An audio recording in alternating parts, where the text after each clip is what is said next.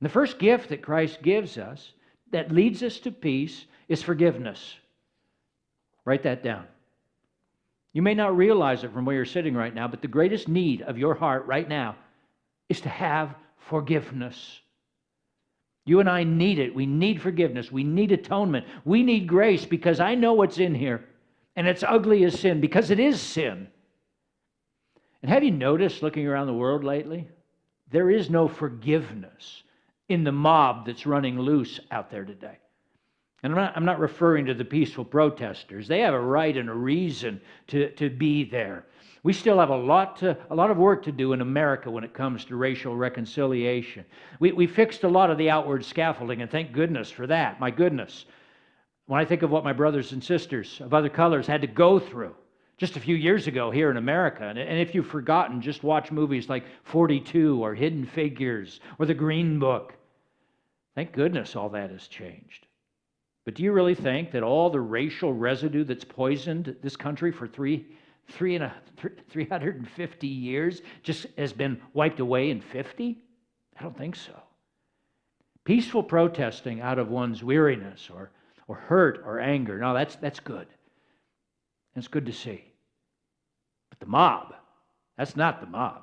We saw that right before our eyes, how this protest movement became infected and infiltrated with the mob, a mob that's been doing a lot of infecting this last generation, infecting our universities and our newsrooms and our media. And it comes from right and from left.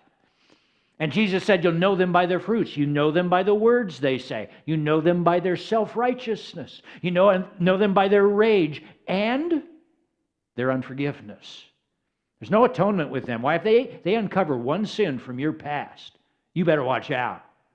They can make Jimmy Fallon come groveling and Drew Brees. No forgiveness, no atonement, not with a mob. An unfortunate editor at the New York Times went to print last week with an editorial written by a sitting U.S. senator. You'd think that'd be okay. No, what the senator wrote was blasphemous to the mob. And so this junior editor, who's probably worked his entire life to finally get to this position at one of the nation's most prestigious newspapers, is fired because of it. No atonement, no conversation, no sharing of ideas, no dialogue. Even J.K. Rowling is now feeling their wrath. Did you see that? She dared to tweet last week. Get this, you're going to gasp. J.K. Rowling said that only a woman can have a period. And the mob went berserk. And now the mob is coming after her with all its venom. All the mob is missing are guillotines, and they'll have us right back in the French Revolution. It's the same spirit, without forgiveness, without atonement. You can't tear down enough statues to find peace. My friends, thank goodness God doesn't treat us that way. The Bible says there is forgiveness with you, God, that you might be feared. Oh Lord, if you counted sins, who could stand? That's in the Psalms, by the way. You and I have committed enough sin this past week for God to say to us, that's it, I'm done with you. I've tried, can't do it anymore. Talk to the hand. But God doesn't do that. He pours out upon us, doesn't He? Grace upon grace. Talk about your river, a river of forgiveness that washes over us each and every day.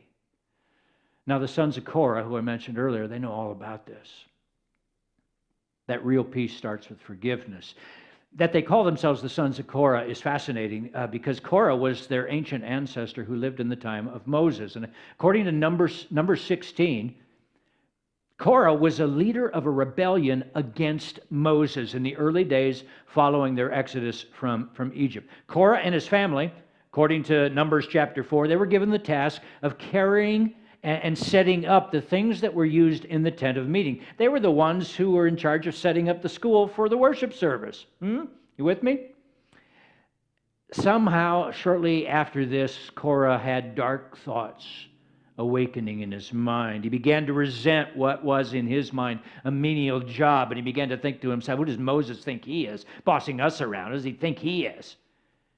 And one day it spilled over into open mutiny, and he organized rebellion against Moses. And if you know the story, it didn't end well for Korah and his co-conspirators. God organized a public showdown with Moses and his accusers. And what happens next reads like a movie scene. It's in Numbers 16. The ground under them split apart, The earth opened its mouth and swallowed them with their households and all Korah's men and all their possessions. They went down alive into the grave with everything they owned. The earth closed over them. They perished and were gone from the community. However, Korah's sons lived on.